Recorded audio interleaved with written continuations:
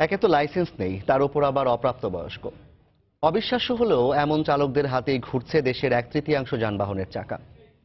কোনো ধরনের প্রশিক্ষণ ছাড়াই যাত্রী বোঝাই গাড়ি নিয়ে তারা ছুটছে নগরীর এক প্রান্ত থেকে অন্য প্রান্তে। এতে বাড়ছে যাত্রীদের জীবনের ঝুঁকি। বিশেষজ্ঞরা এজন্য পুলিশ ও বিআরটিএর কর্মকর্তাদের উদাসীনতার পাশাপাশি দুষছেন গাড়ির লোভী মালিকদের। মাহমুদ রাকিবের রিপোর্ট।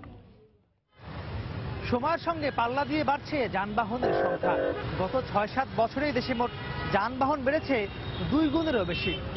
বাংলাদেশ সড়ক পরিবহন কর্তৃপক্ষের তথ্য অনুযায়ী দেশে এ মুহূর্তে মোট নিবন্ধনকৃত যানবাহন আছে প্রায় ৩০ লাখ। অথচ এর বিপরীতে লাইসেন্সপ্রাপ্ত চালক আছে ২০ লাখেরও কম। তাহলে প্রশ্ন আসতেই পারে, বাকি ১০ লাখ গাড়ি কারা চালায়?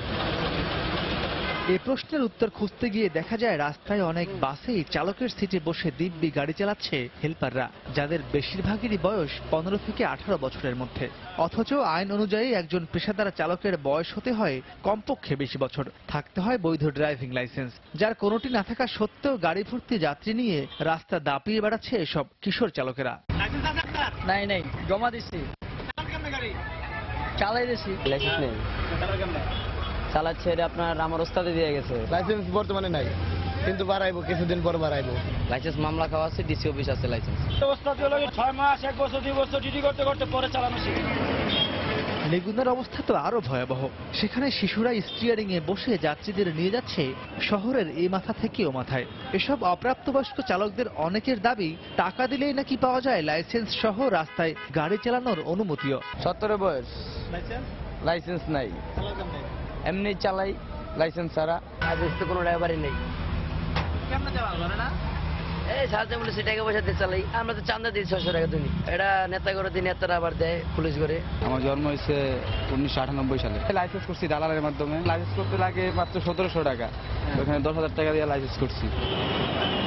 বিশ্লেষকরা এর জন্য দায়ী করছেন আধুনিক আইন না থাকা এবং যাও বা আছে তা যথাযথ প্রয়োগের অভাবকে। এখন যেটা মনে হচ্ছে হয়তো কোনোভাবে তারা প্রশাসনকে ম্যানেজ করে বা আপনার লুকিয়ে হয়তো তারা গাড়িগুলো চালাচ্ছে। বর্তমানে যে আইনটা রয়েছে সেটা কিন্তু খুবই নগণ্য, একজন ৪ মাসের জেল অথবা ৫০০ টাকা জরিমানা, এবং তাও কিন্তু পুরোপুরি দেওয়া হচ্ছে না। আর বিআরটিএ বলছে, আগের চেয়ে লাইসেন্সবিহীন চালকদের বিরুদ্ধে মামলা ও জরিমানার পরিমাণ বাড়ানোর পাশাপাশি বাড়ানো হয়েছে মোবাইল কোর্টের মাধ্যমে কারাদণ্ড দেওয়ার হারও। ড্রাইভিং লাইসেন্স ছাড়া কাউকে রাস্তায় নেমে মানুষের জীবনের ক্ষতি করবে, এটা আমরা হতে দিব না। প্রস্তাবিত আইনে ড্রাইভিং লাইসেন্স ছাড়া গাড়ি চালানোর অপরাধে ৬ মাস পর্যন্ত জেল হতে পারে এবং জরিমানার পরিমাণটা ৫০,০০০ টাকা রাখা হয়। এছাড়াও অপ্রাপ্ত বয়স্ক ও লাইসেন্সবিহীন চালকদের হাতে গাড়ি দেওয়ার অপরাধে মালিকদেরও আইনের আওতায় আনা উচিত বলে মনে করেন সংশ্লিষ্টরা। মাহমুদ রাকিব, সময় সংবাদ, ঢাকা। রাজধানীতে